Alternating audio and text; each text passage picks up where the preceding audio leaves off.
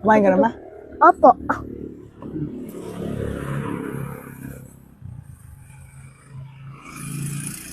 Mga kapatid mo kaya? Ano kaya lagay yun? Wala yun. Punta rin dun sa may Sibol. Wala eh. Wala kasi tayong tricycle. Kung meron nga lang tricycle, pupuntahan natin sa Cebu yun.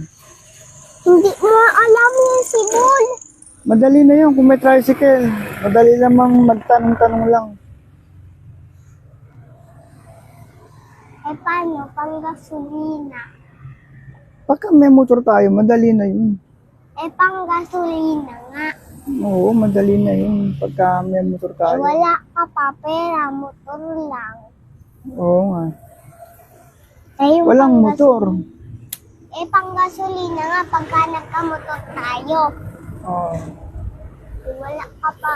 Ubos na pera mo nun. Huwag ka ano. Pero ka kay Tito Jay. Kailan kaya ako magkakaroon ng tricycle?